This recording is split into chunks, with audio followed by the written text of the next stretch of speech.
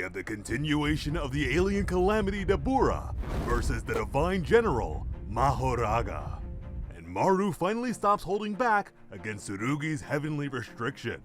Jujutsu Kaisen Modulo Chapter 16, titled Malicious Light, begins with a modern explanation of the 10 Shadows technique.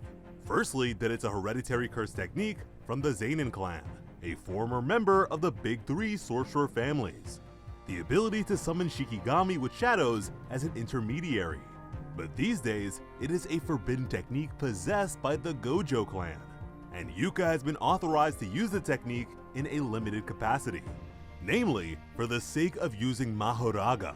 The Divine General is the only untamable Shikigami of the 10 Shadows, and the only sorcerer in history who ever managed to do so was a Sukuna incarnated Megumi. Mahoraga can only appear in battle by way of an exorcism ritual that includes an intended target. In this case, the sorcerers included in the ritual are Yuka Okkotsu and Dabura Karaba. As Dabura stands atop a tower of light, Yuka is in a state of suspended death. So now, only the death of Dabura or the destruction of Mahoraga will end the ritual. But whatever the case, Yuka's death is all but assured. Mahoraga bit through a pillar of Dabura's light, and Dabura was alerted by the destruction of his foothold. It began to crumble and cause his descent. Then there was a rush of movement. Dabura shifted his gaze and raised a hand. And we can also see that his third eye socket extends further than just the center. The Eskunte warrior blocked the behemoth strike with both hands raised. Mahoraga followed it up with a hefty kick. Dabura was launched by the force. Dabura halted his own movement by lodging his fist into the side of a skyscraper. And Mahoraga was still on the hunt. Unfazed, the alien aimed another beam of light at the pursuing creature. A divine smite incinerated everything in its path. Mahoraga lost an arm, and its side was ruined, and the wheel began to spin. But Dabura wasn't done. He chucked a whole section of the building, and Mahoraga caught it while bracing against another structure. The Shikigami flexed its muscles, and with a heavy squeeze, broke the thing apart. Dabura began to size up the spiritual being that Yuka summoned, and considering the difference between Kalyans and cursed spirits, he figured that it must be part of Earth's unique cursed energy system. He got the impression that the thing in front of him wasn't some sort of indestructible doll, that it must have some sort of special ability. The two remained still for only a fraction of a second before moving once again. Racing along the side of a building, Dabura conjured many beams of light. The projectiles were just too fast for the Shikigami to avoid. The creature's upper body was obliterated in a flash, but the wheel spun. Still, Dabura planted his feet on the monster's face the moment it regenerated. Then, like Goku, he produced a beam from his feet too. And yet again, the cursed menace was annihilated. Dabura's onslaught was ceaseless and included several city blocks. The destruction wrought was cataclysmic. Above, it even triggered a phenomenon similar to the Northern Lights. Dabura rationalized the being must be adjusting to his curse technique. He noticed that it recovered after each rotation of its wheel.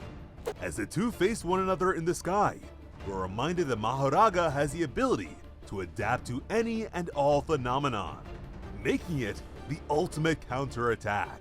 So for now, they're at a stalemate, and if nothing changes, Mahoraga is set to win by attrition. However, Dabura has yet to be anything more than aloof and considerate here, and that malice-related ability of his is virtually indescribable, so who knows how far it can go. Elsewhere, Maru and Tsurugi were locked in a clash of blades. Tsurugi had no idea that Maru could use a sword. Darkly, Maru expressed that it belongs to his brother Cross. Tsurugi skated Honoyagi across the edge while producing more sparks. He broke Maru's guard, but the speedy alien skidded behind him just as quickly. But Tsurugi halted the weapon with the metallic bottom of his sandal. Maru's eyes widened at the absurdity of the precise motion. Then Tsurugi forced him back with a swatting swing.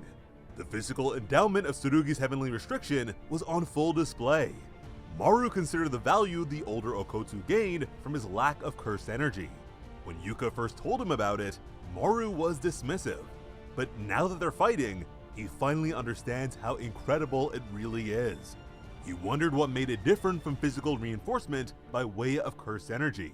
Tsurugi stood at a distance, then closed it in an instant and was ready to strike. Maru's face had been cut, he was on the defensive, and his guard was broken. Because Tsurugi doesn't have cursed energy, his movements are unreadable through the flow of cursed energy. Maru was having a hard time adjusting since each and every one of Tsurugi's moves was practically a sneak attack. But that was not the only issue with fighting Tsurugi. He scorched the distance between them.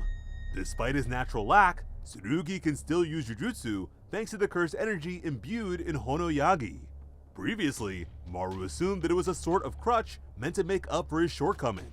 But he realized his mistake when Honoyagi was inches from his face. Now he understands that cursed tools don't run out of cursed energy. Although he imagined that it must depend on the tool's grade and such. But between these things, Tsurugi's approach to a Jujutsu battle was unlike any other. They're essentially playing by different rules. Even beyond the whole different planet thing, Tsurugi actually launched his weapon like a projectile after using the flames as a shroud. Maru barely managed to dodge as it lodged into the overhang above them, and Tsurugi leapt to retrieve it. He immediately used the additional force to deliver a downward strike against Maru's desperate guard. And in a contest of physical strength, Tsurugi easily won out, and Maru skipped the floor like a rock. With his opponent laid out, Tsurugi claimed that just Dabura leaving would be acceptable. Like the death curse on Dabura's sister, Tsurugi doubted that the range of a curse technique would be able to extend beyond the planet. So if Dabura leaves Earth, then Yuka won't be bound by the ritual and will be able to survive. But Maru explained that Dabura will never return to Samuria because he's involved in the conditions of his sister's curse too. He can't afford to risk being in range of the Deskunte chieftain. Maybe things would be different if the curse could be removed by the black rope they mentioned before. But they are well beyond such pleasantries. Tsurugi gripped his sword and insisted that the two of them have a proper duel, where if he wins, the Samurians have to leave Earth. Tsurugi activated Simple Domain, Maculation, and reminded Maru of his warrior status. Maru was still down and conflicted. He remembered raging at Dabura for holding back against Dura, but after experiencing what it's like to be on the verge of losing a sibling himself, Maru could only apologize, because he's afraid to lose his friends too. He doesn't want to lose or hurt anyone else, but something within him resented that very notion, and also reminded him of his responsibilities as a warrior. Maru's third eye questioned if he could really insult Tsurugi like that.